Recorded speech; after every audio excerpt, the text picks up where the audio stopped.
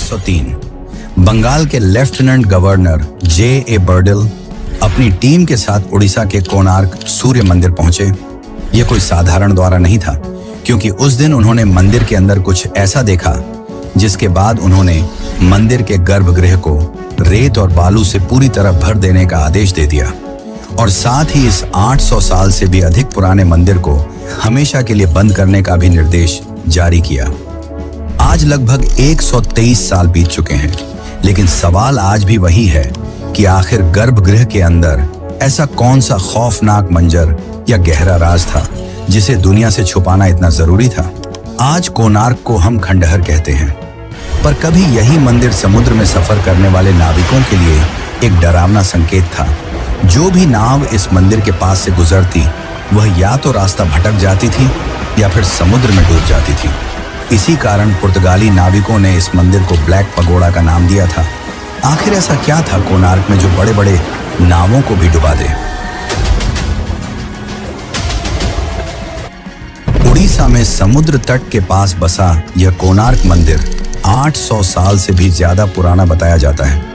यह मंदिर भारत की अद्भुत वास्तुकला का प्रमाण है कि कैसे आज से 800 साल पहले, जब न तो सीमेंट का आविष्कार हुआ था और न ही क्रेन जैसी मशीनें, तब कैसे हमारे पूर्वजों ने अत्याधुनिक आयरन लॉक सिस्टम का उपयोग कर इस अकल्पनीय ढांचे को खड़ा किया। और आखिर वो कौन सी तकनीक थी जिसने भगवान सूर्य की अष्टधातु की मूर्ति बिना किसी आधार के हवा में तैरती रहती थी। और क्या हुआ जब इस मंदिर के निर्माण के दौरान एक 12 साल के बच्चे ने अपनी जान दे दी। और कौन था जिसने इस मंदिर को बनवाया। यह मंदिर अपने समय से कहीं आगे था। सूर्य देव के रथ के आकार का बना यह मंदिर आज भी लोगों को हैरान कर देता है। इस रथ के पहिए आज भी बिना किसी घड़ी के सटीक समय बता देते हैं। आखिर यह सब कैसे संभव है। आखिर हमारे पूर्वजों के पास ऐसी कौन सी तकनीक थी जिसे आज भुला दिया गया है। और सबसे बड़ा सवाल कि आखिर ऐसा क्या हुआ कि इतना भव्य मंदिर खंडहर बन गया। क्या यह उस 12 साल के बच्चे का श्राप था या आक्रमणकारियों की साजिश। तो आज के इस वीडियो में हम जानेंगे उड़ीसा के कोणार्क सूर्य मंदिर के निर्माण की कहानी, कि कैसे यह मंदिर बना। साथ ही जानेंगे इसकी अद्भुत तकनीकों के बारे में जो आज भी वैज्ञानिकों को हैरान कर देती हैं। लेकिन उससे पहले अगर आपको वीडियो अच्छी लग रही है तो इसे एक लाइक जरूर करें।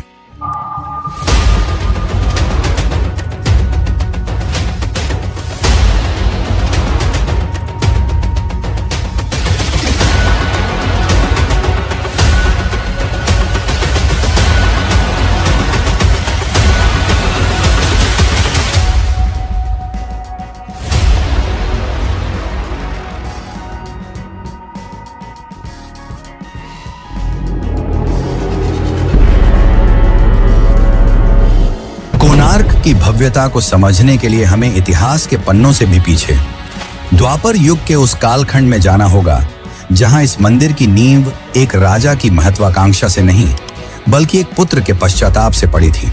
यह कहानी है भगवान श्री कृष्ण और जाम्बवती के पुत्र सांब की, जो अपनी अकल्पनीय सुंदरता और आकर्षक व्यक्तित्व के लिए पूरे आर्यावर्त में प्रसिद्ध थे। लेकिन यही सुंदरता उनके अहंकार का कारण बन गई और वे अक्सर ऋषियों और बड़ों का उपहास उड़ाया करते थे। पौराणिक ग्रंथों, विशेषकर साम पुराण और भविष्य पुराण के अनुसार देवर्षि नारद साम के इस व्यवहार से क्षुब्ध थे और उन्होंने उन्हें सबक सिखाने की एक योजना बनाई। नारद ने साम को बहलाकर उस सरोवर के पास भेज दिया जहां उनकी सौतेली माताएं यानी कि श्री कृष्ण की अन्य रानियां स्नान कर रही थीं। जब भगवान श्री कृष्ण ने अपने पुत्र को वहां देखा तो वे क्रोध से भर गए।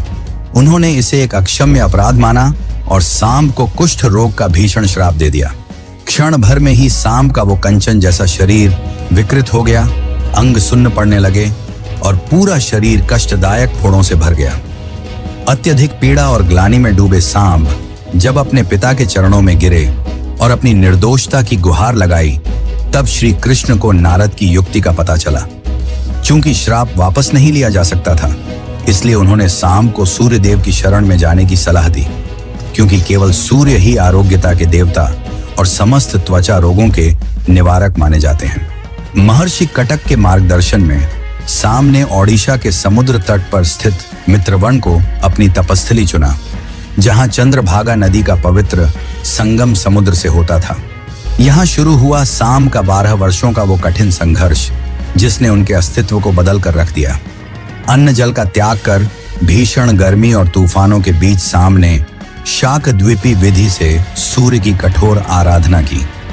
उनकी तपस्या की तीव्रता इतनी अधिक थी कि अंततः सूर्य देव स्वयं प्रकट हुए और उन्हें रोग मुक्त होने का वरदान दिया। वरदान प्राप्त होते ही जैसे ही साम ने चंद्रभागा के पवित्र जल में स्नान किया, उनका शरीर पुनः पहले जैसा कांतिवान और स्वस्थ हो गया। कृतज्ञता के भाव से भरकर साम ने उसी स्थान पर सूर्य देव का एक भव्य मंदिर बनवाने का संकल्प लिया। लोक कथाओं के अनुसार स्नान के दौरान साम को नदी की धारा में सूर्य देव की एक अद्भुत मूर्ति मिली। उन्होंने इसी मूर्ति को वहां स्थापित किया, जिसे आज हम कोणार्क के नाम से जानते हैं, जहां कोण का अर्थ है दिशा या कोना और अर्क का अर्थ है सूर्य। इस प्रकार कोणार्क मात्र एक स्थापत्य नहीं, बल्कि साम की भक्ति और सूर्य की उपचारात्मक शक्ति का एक जीवित प्रमाण बन गया। यही कारण है कि आज भी माघ शुक्ल सप्तमी या साम दशमी के दिन हजारों श्रद्धालु चंद्रभागा में डुबकी लगाकर उस प्राचीन परंपरा को जीवित रखते हैं। लेकिन यह कहानी हमें हमारे धर्म ग्रंथों में मिलती है, पर इतिहास में इसका निर्माण गंग वंश से जोड़ा जाता है। यह वही वंश है जिसने जगन्नाथ मंदिर का भी निर्माण किया था। तो चलिए अब जानते हैं कोणार्क सूर्य मंदिर का असली इतिहास और असली रहस्य।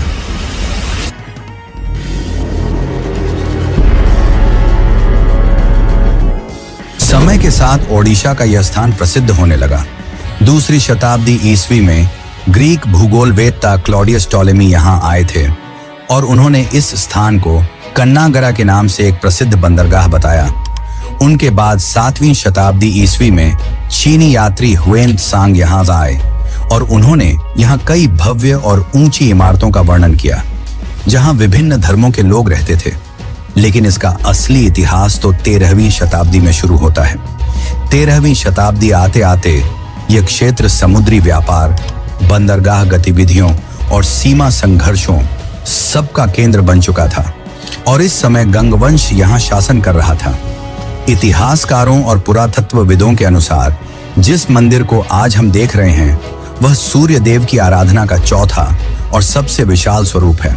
इस अद्भुत संरचना का निर्माण पूर्वी गंग वंश के प्रतापी राजा लांगलू नरसिंह देव प्रथम के शासनकाल में हुआ था।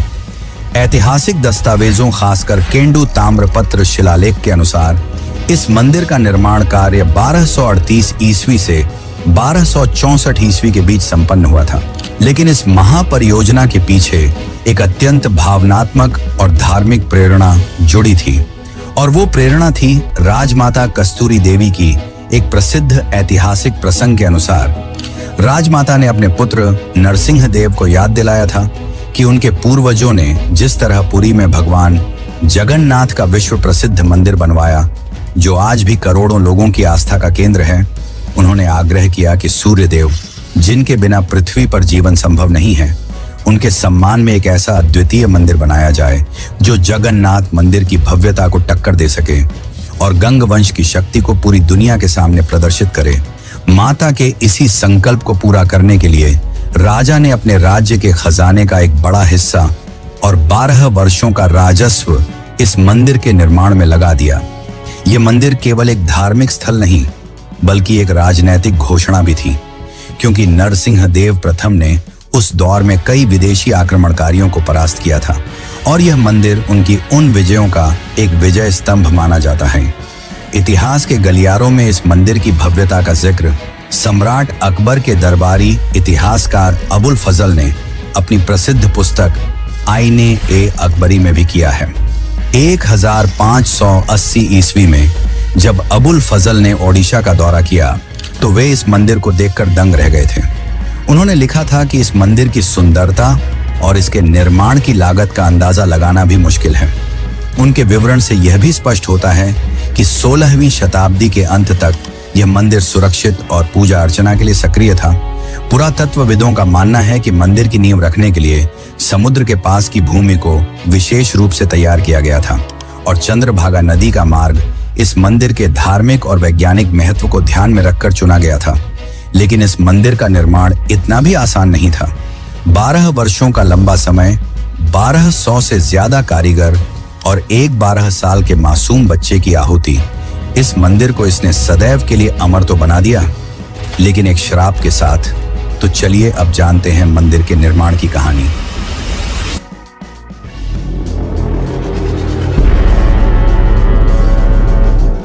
जब राजा नरसिंह देव प्रथम ने इस अद्भुत मंदिर को बनाने का संकल्प लिया, तो इस महास्वप्न को धरातल पर उतारने के लिए उन्होंने उस युग के सबसे महान और अनुभवी वास्तुकार बिशु महाराणा को मुख्य शिल्पी नियुक्त किया। बिशु महाराणा के नेतृत्व में पूरे आर्यावर्त से चुनकर लगभग 1200 अत्यंत कुशल कारीगर लाए गए। ऐतिहासिक प्रमाणों और मदाला पंजी जैसे ग्रंथों के अनुसार इस भव्य मंदिर के निर्माण में कुल 12 वर्षों का लंबा समय लगा, जो अनुमानतः 1238 ईस्वी से 1264 ईस्वी के बीच का कालखंड था। इस परियोजना की विशालता का अंदाजा इसी बात से लगाया जा सकता है कि राजा ने अपने राज्य के 12 वर्षों के संपूर्ण राजस्व के बराबर की भारी धनराशि इस एक मंदिर पर न्यौछावर कर दी थी। इस मंदिर की असली ताकत इसकी नक्काशी के पीछे छिपी वह प्राचीन इंजीनियरिंग थी, जो आज के आधुनिक वैज्ञानिकों को भी सोचने पर मजबूर कर देती है। उस दौर में जब न तो सीमेंट का आविष्कार हुआ था और न ही क्रेन जैसी मशीनें थीं, तब पत्थरों को जोड़ने के लिए एक अद्भुत आयरन लॉक सिस्टम का विकास किया गया था।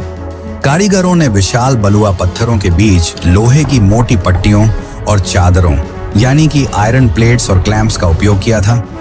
इन लोहे की प्लेट्स को पत्थरों के खांचों में इस तरह फिट किया गया था कि वे एक दूसरे को मजबूती से जकड़ा लें, जिसे आज हम आधुनिक इंटरलॉकिंग सिस्टम कहते हैं।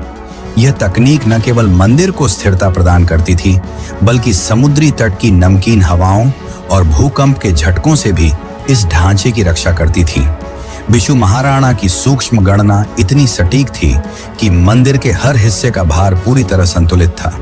सबसे चौंकाने वाली बात यह थी कि इन लोहे की परतों का इस्तेमाल सिर्फ मजबूती के लिए ही नहीं, बल्कि एक विशाल चुंबकीय क्षेत्र तैयार करने के लिए भी किया गया था, जो आगे चलकर भगवान सूर्य की मूर्ति को हवा में स्थिर रखने का आधार बनी। लेकिन उसको जानने से पहले हम यह जान लेते हैं कि क्यों एक 12 वर्ष के बालक ने मंदिर के निर्माण के लिए अपनी जान दी।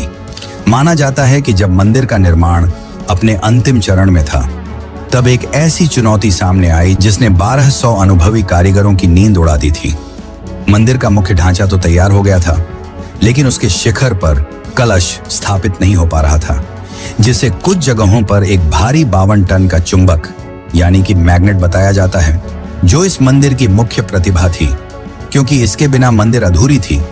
कई प्रयासों के बाद भी जब कारीगर कलश को स्थिर करने में विफल रहे, तो राजा नरसिंह देव प्रथम का धैर्य जवाब दे गया।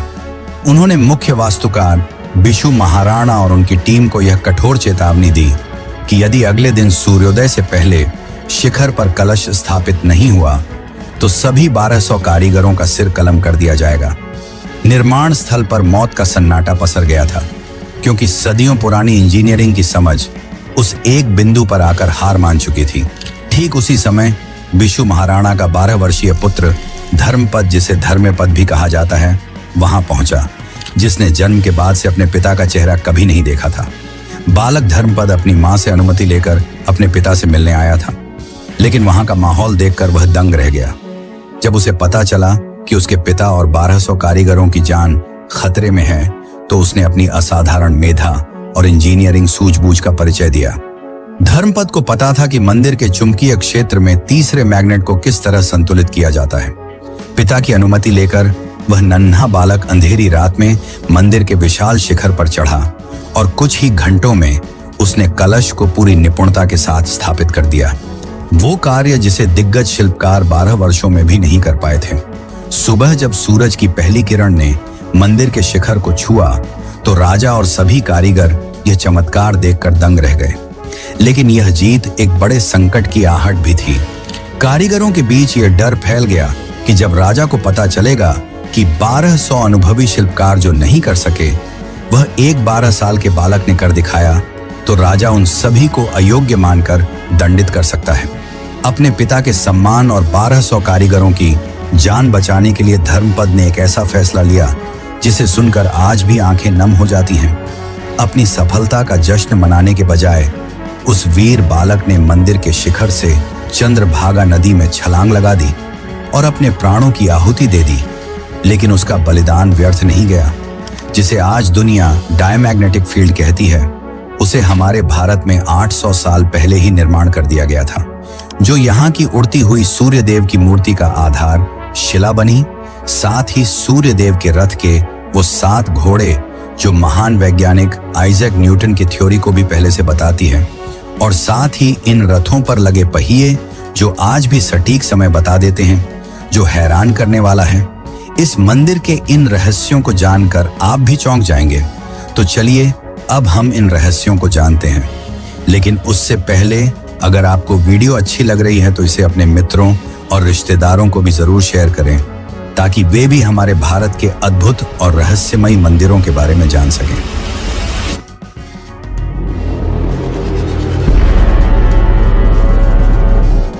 कोणार्क का यह मंदिर केवल पत्थरों का एक विशाल ढांचा नहीं है, बल्कि यह सनातन धर्म के वेदों में वर्णित सूर्य देव की उस कल्पना का भौतिक स्वरूप है जिसे राजा नरसिंह देव प्रथम ने कलिंग वास्तुकला शैली के शिखर पर पहुंचाया था।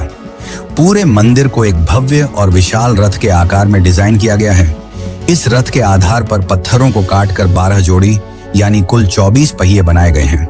ये 24 पहिए साल के 12 महीनों के प्रतीक हैं और इनमें से प्रत्येक पहिया समय के चक्र को दर्शाता है। आश्चर्य की बात यह है कि ये केवल सजावटी पहिए नहीं हैं, बल्कि ये एक सटीक समय यंत्र की तरह काम करते हैं। हर पहिए में 16 तीलियां हैं, 8 बड़ी और 8 छोटी। इन तीलियों के बीच का अंतराल और उनकी छाया आज भी दिन के 8 प्रहर और 24 घंटों का सटीक विवरण दे सकती है। इन 8 बड़ी तीलियों के बीच 3 घंटे का गैप होता है, जो इसे पूरा 24 घंटे का एक चक्र बनाती है। इसे एंटी क्लॉकवाइज पढ़ा जाता है, यानी कि अगर ऊपर की बड़ी तीली को 12 माने तो एंटी क्लॉकवाइज उसके पहले वाली छोटी तीली पर 1:30 बज रहे होंगे। साथ इन दोनों के गैप के बीच और भी छोटी छोटी तीलियां हैं और हर एक तीली 3 मिनट के अंतराल को दर्शाती है। यानी अगर कोई व्यक्ति इस रथ के पहिए के बीच में उंगली रखे तो वह उसकी परछाई को देखकर आराम से सटीक समय बता सकता है। इस दिव्य रथ को खींचने के लिए सामने की ओर 7 शक्तिशाली घोड़े बनाए गए हैं। ये 7 घोड़े सप्ताह के 7 दिनों और खासकर सूर्य के प्रकाश में मौजूद 7 रंगों का प्रतिनिधित्व करते हैं। यहाँ विज्ञान और इतिहास का एक बड़ा विरोधाभास सामने आता है। जहाँ आधुनिक विज्ञान मानता है कि आइजैक न्यूटन ने 1666 में प्रिज्म के जरिए रोशनी के 7 रंगों की खोज की थी, वहीं 13वीं सदी में बना ये मंदिर चीख चीख कर कह रहा है कि हमारे पूर्वज न्यूटन से 400 साल पहले ही इन वैज्ञानिक सत्यों से परिचित थे। मंदिर के मुख्य 3 भाग हैं। विमान यानी कि वह स्थान जहां मूर्ति रखी गई थी, जगमोहन यानी कि प्रार्थना हॉल, और नट मंदिर यानी कि नृत्य का हॉल। और माना जाता है कि विमान यानी कि मुख्य हॉल में सूर्य देव की हवा में तैरती मूर्ति थी। तो आखिर इसका क्या रहस्य है? दरअसल प्राचीन भारतीय ग्रंथों और स्थानीय जनश्रुतियों के अनुसार इस मंदिर के गर्भगृह में स्थापित सूर्य देव की अष्टधातु की विशाल मूर्ति बिना किसी आधार या स्टैंड के शून्य में लटकी रहती थी। यह कोई जादू नहीं, बल्कि भौतिक विज्ञान यानी कि फिजिक्स का एक ऐसा अद्भुत चमत्कार था जिसे मैग्नेटिक लेविटेशन कहा जाता है। इस असंभव कार्य को अंजाम देने के लिए मंदिर के शिखर पर 52 टन का एक विशाल चुंबकीय पत्थर लगाया गया था। शिल्पकारों ने मंदिर के ऊपरी हिस्से में लगे उस महाचुंबक के साथ तालमेल बिठाने के लिए नीचे की परतों में लोहे की भारी चादरें और पत्थरों को जोड़ने के लिए लोहे के क्लैंप्स का इस्तेमाल किया था। इन दोनों के बीच एक शक्तिशाली खिंचाव और संतुलन तैयार हुआ, जिसे विज्ञान की भाषा में डायमैग्नेटिक फील्ड कहते हैं। मुख्य वास्तुकार बिशु महाराणा के 12 वर्षीय पुत्र धर्मपद के बारे में कहा जाता है कि वह जानता था कि 2 मैग्नेट्स से बनी इस फील्ड में किस तरह एक तीसरे मैग्नेट यानी अष्टधातु की मूर्ति को संतुलित किया जाता है। मूर्ति को मंदिर के शिखर और आधार से बिल्कुल समान दूरी पर स्थापित किया गया था, जिससे वह गुरुत्वाकर्षण को मात देकर हवा में स्थिर हो गई थी। लेकिन इस मंदिर का स्वर्ण काल ज्यादा समय तक नहीं चला। 16वीं शताब्दी में काला पहाड़ द्वारा इसे नष्ट किया गया। और ऐसा क्या था यहाँ के बंदरगाह में जो यहाँ आते ही नाव रास्ता भटक जाते थे? और क्यों अंग्रेजों ने इसे रेत में दबा दिया? जब मैं आपको इन सब की सच्चाई बताऊंगा तो आप भी चौंक जाएंगे कि आखिर ऐसा कैसे हो सकता है। तो चलिए अब इन चौंकाने वाले रहस्यों को जानते हैं जिन्हें इतिहास ने भुला दिया और दुनिया से छिपाया गया।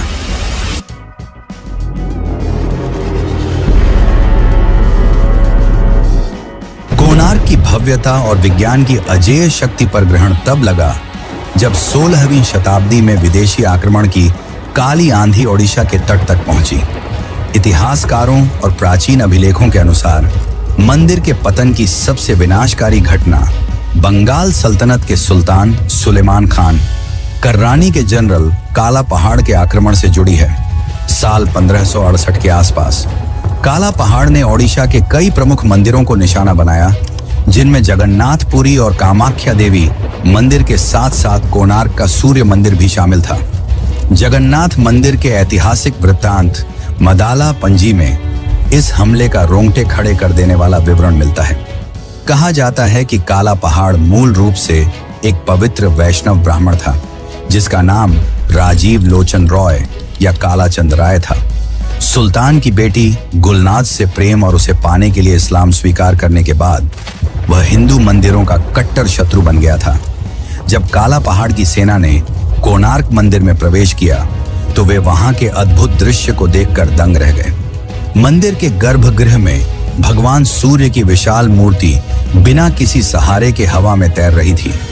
काला पहाड़ ने मंदिर को तोड़ने की कोशिश की, पर इसके अद्भुत आयरन लॉक सिस्टम और गहन कारीगरी के चलते वह उसे पूरी तरह नहीं तोड़ पाया।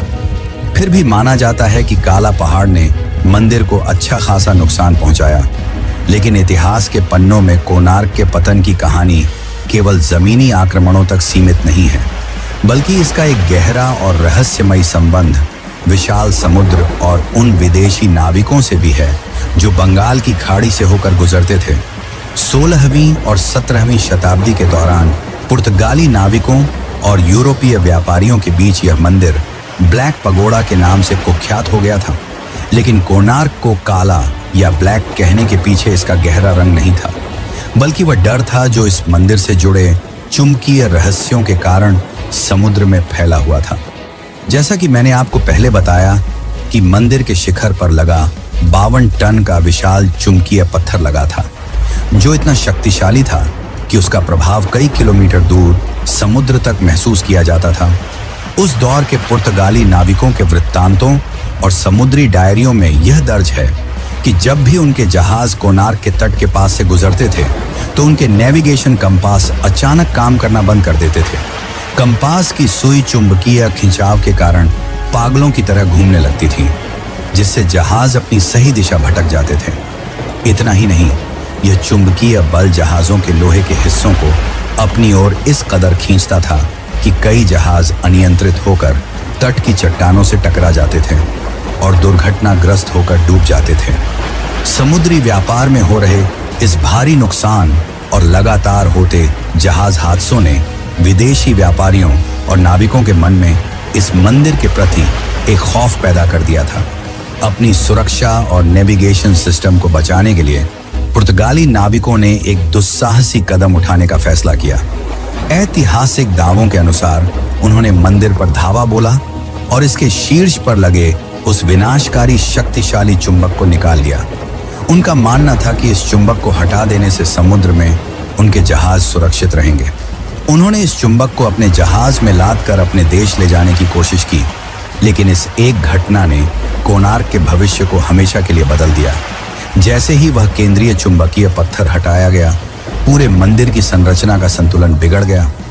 पत्थरों को थामे हुए आयरन लॉक सिस्टम ने अपनी पकड़ खो दी और देखते ही देखते वह भव्य ढांचा अपनी स्थिरता खोकर क्षतिग्रस्त होने लगा। जब मंदिर की संरचना कमजोर होने लगी और आक्रमणकारियों का खतरा बढ़ गया, तब मंदिर की पवित्रता को बचाने के लिए वहां के पुजारियों ने एक साहसी कदम उठाया। विनाश से बचाने के लिए पुजारियों ने सूर्य देव की मुख्य मूर्ति को मंदिर से निकाल लिया और कई वर्षों तक उसे रेत के नीचे छिपा कर रखा। जैसे ही मंदिर से मुख्य मूर्ति हटाई गई, वहां श्रद्धालुओं और भक्तों का आना बंद हो गया, जिससे रख रखाव के अभाव में मंदिर धीरे धीरे एक वीरान खंडहर में बदल गया।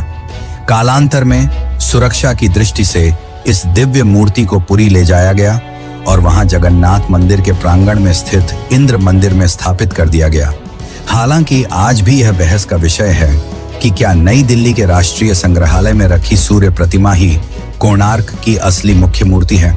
18वीं शताब्दी के अंत तक सूर्य भगवान का यह भव्य धाम एक घने जंगल में तब्दील हो गया था, जहां दिन के उजाले में भी इंसान जाने से कतराते थे, और यह उस गौरवशाली मंदिर का अंत था। पर फिर ब्रिटिश इंडिया में आए और उन्होंने इस खंडहर हो चुके कोणार्क मंदिर को खोज निकाला। पर फिर ऐसा क्या हुआ कि उन्होंने फिर से बंद करने का निश्चय लिया, और क्यों इस मंदिर को रेत और बालू से दबा दिया गया? तो चलिए अब इस रहस्य को भी जान लेते हैं।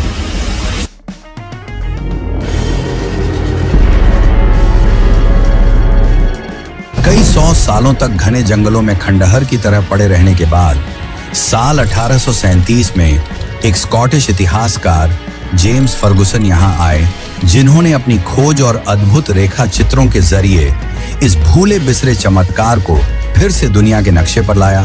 फिर आया साल 1903, एक ऐसा साल जिसने कोणार्क सूर्य मंदिर के भाग्य को अगले 125 सालों के लिए एक गहरे अंधकार और सन्नाटे में धकेल दिया। बंगाल के तत्कालीन लेफ्टिनेंट गवर्नर जेम ए बर्डेलन अपनी विशेषज्ञ टीम के साथ इस भव्य मंदिर का मुआयना करने पहुंचे थे। मंदिर की जर्जर हालत और गिरते हुए पत्थरों को देखकर उन्होंने एक ऐसा ऐतिहासिक और चौंकाने वाला फैसला लिया जिसने इतिहासकारों को आज भी सोचने पर मजबूर कर दिया है। उन्होंने आदेश दिया कि मंदिर के मुख्य सभा स्थल, जिसे असेंबली हॉल यानी कि जगमोहन कहा जाता है, उसके चारों द्वारों को हमेशा के लिए पत्थर की दीवारों से सील कर दिया जाए और इसके भीतर के विशाल खाली हिस्से को लाखों टन रेत और बालू से पूरी तरह भर दिया जाए।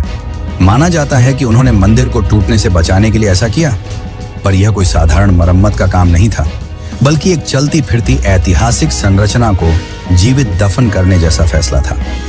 सवाल आज भी बना हुआ है कि क्या यह निर्णय वाकई केवल मंदिर को गिरने से बचाने के लिए लिया गया था, या फिर गवर्नर ने उस अंधेरे के भीतर कुछ ऐसा देख लिया था जिससे वह भयभीत हो गए थे। इस फैसले के बाद शुरू हुई 120 से भी अधिक वर्षों की एक ऐसी लंबी खामोशी जिसने कोणार्क को भारत के सबसे रहस्यमयी सील्ड मॉन्यूमेंट्स की सूची में सबसे ऊपर खड़ा कर दिया। 1903 के बाद से आज तक दुनिया का कोई भी इंसान, चाहे वह बड़ा वैज्ञानिक हो या इतिहासकार, उस गर्भगृह की चौखट को पार नहीं कर पाया है। पिछले 123 वर्षों से यह मंदिर अपने भीतर के रहस्यों को रेत की परतों के नीचे दबाए हुए खड़ा है। लोग अक्सर पूछते हैं कि आखिर दुनिया की इतनी बड़ी और आधुनिक तकनीक होने के बावजूद क्या हम 125 साल में एक बार भी उस दरवाजे को खोलने की हिम्मत नहीं जुटा पाए? क्या यह महज एक तकनीकी रुकावट है, या फिर कोई ऐसा डर जो आज भी पुरातत्वविदों को अंदर जाने से रोकता है? लेकिन फिर आया साल 2022। भारत सरकार और भारतीय पुरातत्व सर्वेक्षण यानी कि ASI ने एक ऐतिहासिक फैसला लेते हुए इस मंदिर के गर्भगृह से रेत निकालने और इसके बंद दरवाजों को खोलने की योजना बनाई। इस प्रोजेक्ट का मुख्य उद्देश्य मंदिर की आंतरिक संरचना की जांच करना और उन रहस्यों से पर्दा उठाना है जो सदियों से अंधेरे में दफन है। हालांकि यह कार्य अत्यंत चुनौतीपूर्ण है, क्योंकि रेत निकालने से मंदिर के संतुलन पर क्या प्रभाव पड़ेगा, यह आज भी शोध का विषय है। विशेषज्ञ उम्मीद कर रहे हैं कि जल्द ही आधुनिक इंजीनियरिंग की मदद से हम उस गर्भगृह के भीतर कदम रख पाएंगे जहां कभी सूर्य देव की मूर्ति हवा में तैरा करती थी, और आज भी इसकी रेत को हटाने का काम किया जा रहा है। ये काम धीरे धीरे और सावधानी से किया जा रहा है, क्योंकि किसी को नहीं पता कि रेत को हटाने के बाद क्या होगा। लेकिन फिर आज के टाइम में यानी कि दिसंबर 2025 में ASI ने उसी बंद हिस्से के भीतर की स्थिति समझने और भविष्य में सुरक्षित तरीके से सैंड इवैक्यूएशन की दिशा में सबसे सेंसिटिव काम शुरू किया, यानी कि कोर ड्रिलिंग। हिंदुस्तान टाइम्स के अनुसार ASI के सुपरिंटेंडिंग आर्कियोलॉजिस्ट DB गणनायक ने बताया कि कोर ड्रिल का उद्देश्य दीवार की स्ट्रेंथ और थिकनेस समझना है, ताकि उसी के आधार पर आगे स्ट्रक्चर को स्ट्रेंथन करने के स्टेप्स तय किए जा सकें। टेलीग्राफ की रिपोर्ट बताती है कि एएसआई ने आईआईटी मद्रास के साथ मिलकर एक डिटेल्ड स्ट्रक्चरल असेसमेंट शुरू किया है। यानी रेत निकालने से पहले क्या निकालना सेफ है, यह वैज्ञानिक तरीके से तय किया जा रहा है। टाइम्स ऑफ इंडिया की रिपोर्टिंग इस रहस्य में एक और कॉन्क्रीट डेटा जोड़ती है कि हाल की ड्रिलिंग में यह संकेत मिला कि जो सैंड कभी टॉप तक भरी हुई मानी जाती थी, वह अब बैठकर लगभग 13.5 मीटर नीचे सेटल हो चुकी है। कोणार्क का सूर्य मंदिर केवल एक धार्मिक स्थल या प्रार्थना घर नहीं था। यह प्राचीन भारत का एक जीवंत विश्वविद्यालय और ज्ञान का एनसाइक्लोपीडिया था, जहां आज के मंदिरों में अक्सर केवल आस्था और व्यापार दिखाई देता है। वहीं 800 साल पहले बना यह मंदिर विज्ञान, खगोल शास्त्र, गणित और कला का एक ऐसा केंद्र था जहां हर धर्म और संप्रदाय के लोग आकर शिक्षित हो सकते थे। यह मंदिर हमारे पूर्वजों के उस उन्नत विज्ञान का प्रमाण है जो आज के दौर से कहीं आगे था। कोणार्क की ये दीवारें आज भी हमें पुकार रही हैं कि हम अपनी गौरवशाली विरासत को पहचानें और उस ज्ञान को फिर से जीवित करें जिसे समय की रेत ने ढंक दिया है। और अगर आपको इस मंदिर के रहस्यों और इतिहास ने चौंकाया है, तो ओडिशा के जगन्नाथ मंदिर का रहस्य तो आपको हिलाकर रख देगा। तो अगर आप जगन्नाथ मंदिर के बारे में भी जानना चाहते हैं तो हमारे चैनल पर जाकर ये वीडियो जरूर देखें। और अगर आप इसी तरह के डॉक्यूमेंट्री वीडियो देखना चाहते हैं